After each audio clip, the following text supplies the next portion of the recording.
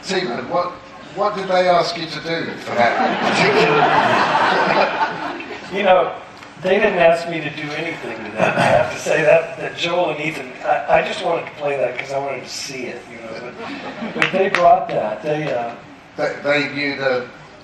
Yeah, the Kings that's a very multi-purpose cue. Yeah. Right? It starts out scoring this Hispanic-looking guy with some Hispanic-sounding music, and then it turns into, then all hell breaks loose, and it turns into some, the Gypsy King singing Hotel California, which, that movie was quite a bit about California as well. So, I mean, it does a lot of things, that cue. It scores the action really well, it scores the dialogue really well. But when you said that they approached you, first of all, about The Big Lebowski, what did they want you to do on the movie? They just wanted me to sort of, if it were today, they would say, would you put together the dude's iPod for me, Right. At the time, it was just like, what does this guy listen to, So when he's doing Tai Chi and smoking a joint and doing Tai Chi, he's listening to Big Eyed Beans from Venus, listening to Beefheart. So it was really, that's what it was mostly about. It was all, they asked me to come up with tunes that would be derived from this character, so that the choices were all character driven. That sounds like a really great job right there. Best job in the world. But then it got more complicated. Your relationship with the Coens and the work that you did. Because was the next movie after that, Oh Brother, Where Art Thou? Oh Brother, Where Art Thou, yeah. Right.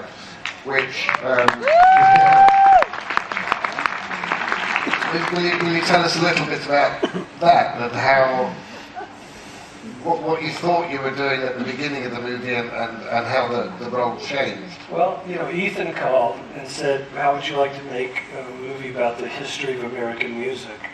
Another immediate yes. Right. And we got together. We spent about 6 months putting the script and playlist together. But it was all about that music, really. The movie was a love letter. They used to call it a love letter to this music, and so it was how to best frame these songs. Which songs, like "Man of Constant Sorrow," it's a song I'd actually given him for The Big Lebowski, for a dude to listen to, But it was also an epic story, and it was an epic song.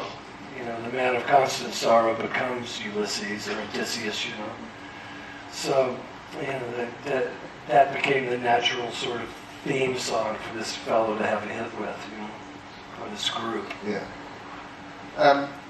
It was kind of a life changer, though, for you, just presumably the success of the soundtrack, and that was what sort of focused what people thought of you, maybe, that this is what you did.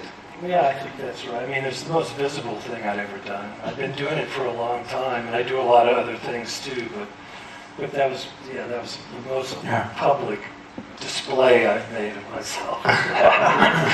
We're gonna see a little clip from Oh Brother, Where Art Thou? What are you gonna show us? I hope we're seeing the Sirens. Are we seeing that? Go to Sleep, Little Baby? Let's have a look.